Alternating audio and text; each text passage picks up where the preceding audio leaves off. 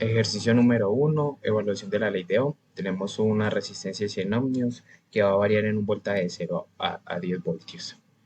Entonces la simulación, calculamos el voltaje en la resistencia y su corriente. Separamos la corriente del voltaje y como podemos ver, a medida de que va aumentando el voltaje, aumenta la corriente. Esto nos muestra que el voltaje y la corriente van creciendo linealmente. Esto nos comprueba la ley de Ohm, que el voltaje es igual a la corriente por la resistencia. Ya que la resistencia se mantiene constante en 100 ohmios, pues va creciendo linealmente.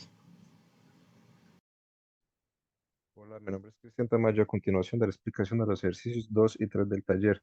Bueno, empezando por el ejercicio 2, observamos en este circuito que primero lo usamos con la resistencia R3, sacamos nuestros resultados y posterior a eso ya implementamos lo que es el circuito, pero ya agregando la resistencia R3. Observamos los resultados obtenidos y también comparamos los voltajes en cada uno de los nodos que estamos analizando. Y luego podemos concluir que los cambios en el circuito al agregar o quitar R3 simplemente afectan cómo se distribuye el voltaje entre los componentes, sin embargo, no afecta la conservación del voltaje. Posterior a eso, con el ejercicio 3, hacemos nuestro montaje en el ET-Space y podemos observar aquí pues, los resultados que obtuvimos también con el ET-Space y los aprovechamos y los usamos para calcular los voltajes sobre cada resistencia. Bueno, y podemos después pudimos concluir que bueno, que los resultados de la simulación también nos muestran que la corriente total de la fuente, como aquí en esta fórmula, también se reparte entre todos los diferentes resistores del circuito, además de que los resultados obtenidos confirman también que la corriente se conserva en todo el circuito. Muchas gracias.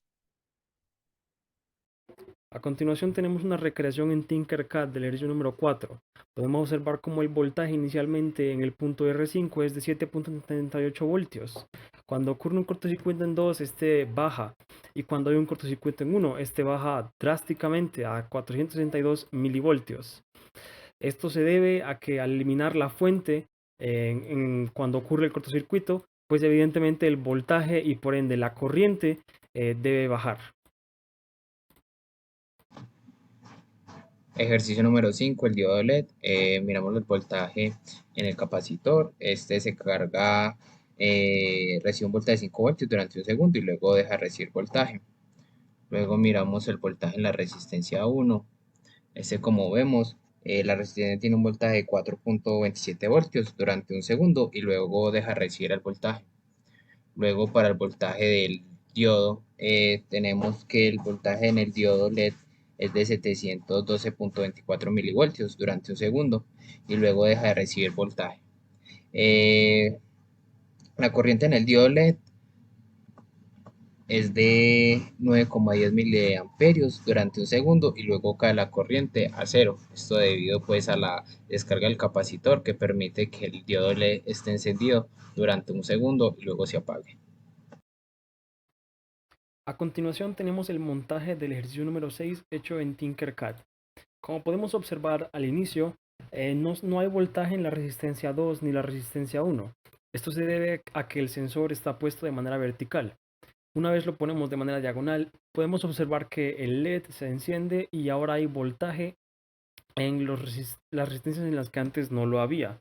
El voltaje sube a 4.17 y 2.84 para la resistencia 1 y 2 respectivamente.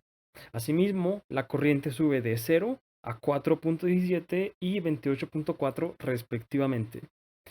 La conclusión que se puede sacar en base a esto es que cuando la corriente en la base es 0, la corriente no puede pasar desde el colector al emisor.